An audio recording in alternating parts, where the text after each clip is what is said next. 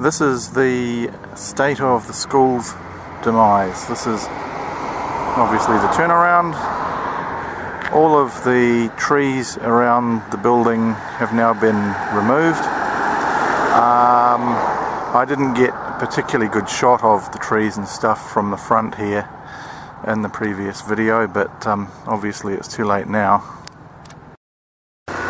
So here we are. Different angle, and there it is. So there's where the incinerator used to be. Once again you can see all the trees have gone. Mr. Elias's room's been taken, as has the library, and the two extra prefabs that were here have disappeared also. So that's where the library originally was, and I'm standing right beside where Mr. Elias's room was. That's where room 5 was, and as you can see they've torn up the basketball courts. The garden's been torn out. The AV room disappeared years ago. It's at the historical village, and that shed is still there.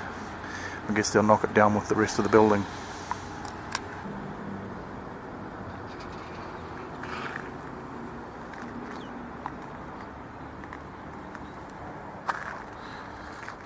I think the plan here is they've dug out the asphalt so that they can lay this clay down to make this whole area in front here all perfectly level right the way across, because I imagine this is just going to be factory after factory after factory.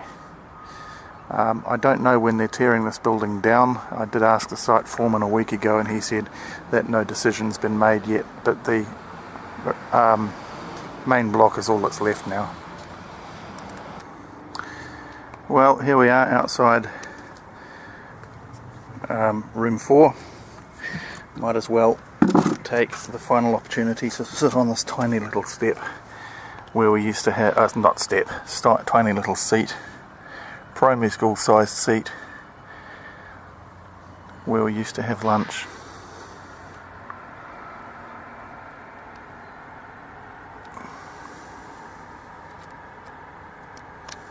It would so happen that room 4 was unlocked, so I can do what I wanted to, which was come back and film this room a bit more slowly and thoroughly. I can't remember where Aviv actually used to sit. I think it was back here somewhere. Anyway.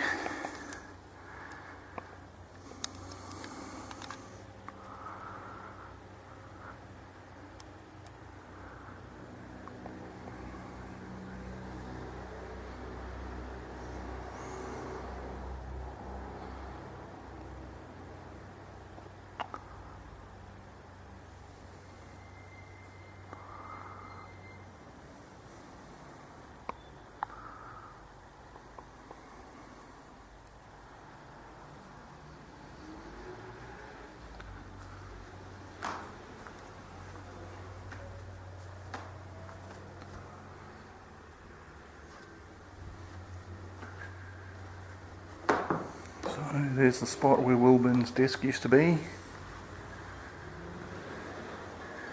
I don't remember a sink in here. I'm sure that... Okay, somebody help me out. Was there... That looks original, actually, but I can't remember it. So maybe someone else can just refresh my memory that that sink was here.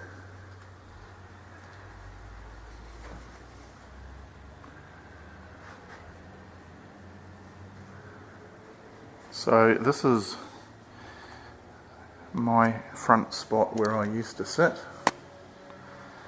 about here.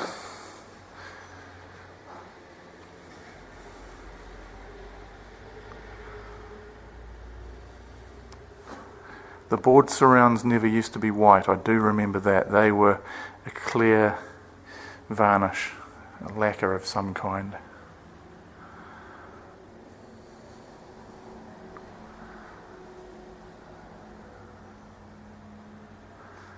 And of course you can hear the amount of traffic, heavy traffic, going past as I'm filming this. So it just gives you an idea of how unsuitable this location is to have a primary school.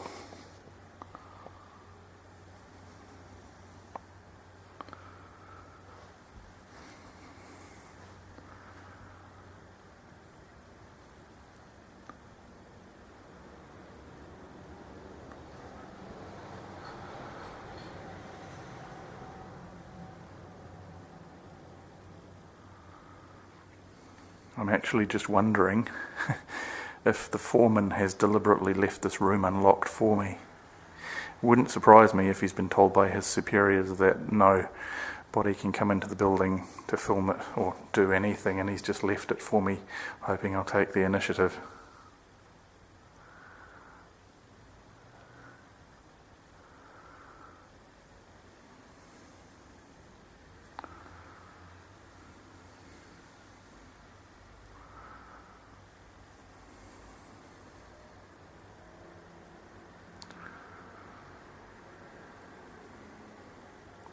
So there you go.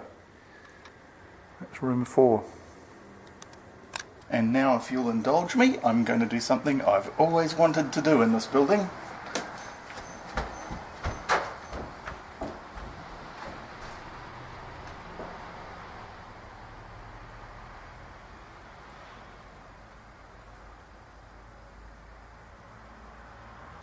Well, I guess the end for this building is getting close, because that's the meter box at the front door.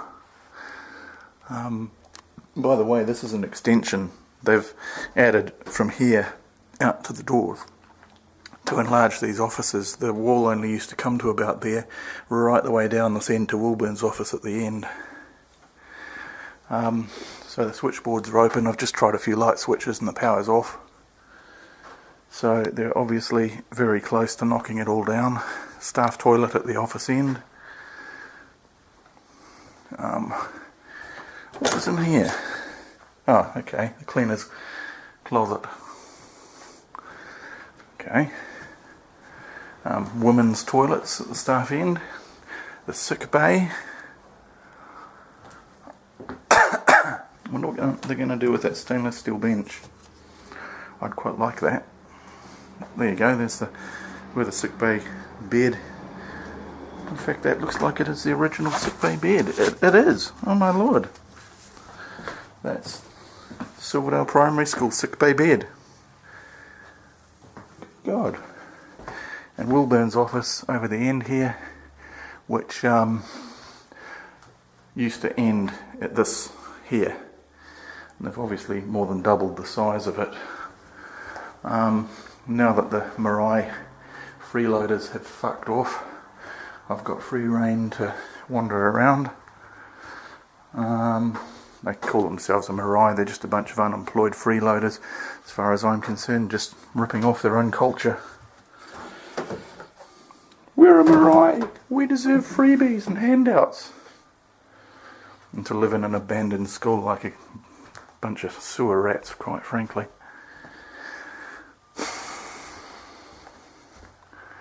So they're stripping out all sorts of bits and pieces. I'd quite like to get one of those bells, actually, to be honest, and since this building is unlocked, I've got a funny feeling that is going to disappear over the weekend.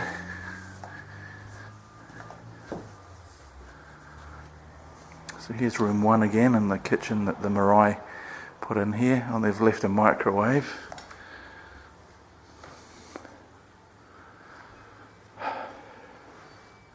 I know Aviv was saying he has pleasant memories of this school. And I imagine other people do as well, but for me, my memories of it aren't that pleasant. This was a very cruel place for me, where I was subjected to quite a lot of bullying and teasing from the likes of Wayne Davis and Matthew, whatever the hell his name was. Both Diana Wilburn and Keith Wilburn to me were very, very ignorant as far as disabilities are concerned. I'm not questioning their motives. I do genuinely believe that they were both good people and they meant well, but you know, the skin stands on, not the skin, the hair stands on the back of my neck when I think about the way that Diana Wilburn treated me in 1974 when I first started here, and then had to go to Home Eye for my education. Another stainless steel bench, look at that. I might ask them if I can have that. Home Eye was torn down. Well, there we go, have a look out at the absence of classrooms. Home Eye was torn down 5 years ago, so this place actually survived Home Eye by a good 15 years. This was built in the early 50s. Home Eye was built in 1964, and so it just goes to show that these places don't last forever. The water's been turned off, I've just discovered. When I filmed the drinking fountain out there, I did try it and there is no water, so all the services have been disconnected, and I would imagine with the trees now gone,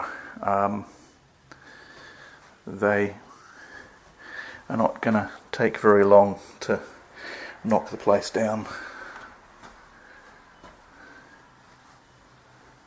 But I'm going to come back during the night very probably and help myself to a few little bits and pieces.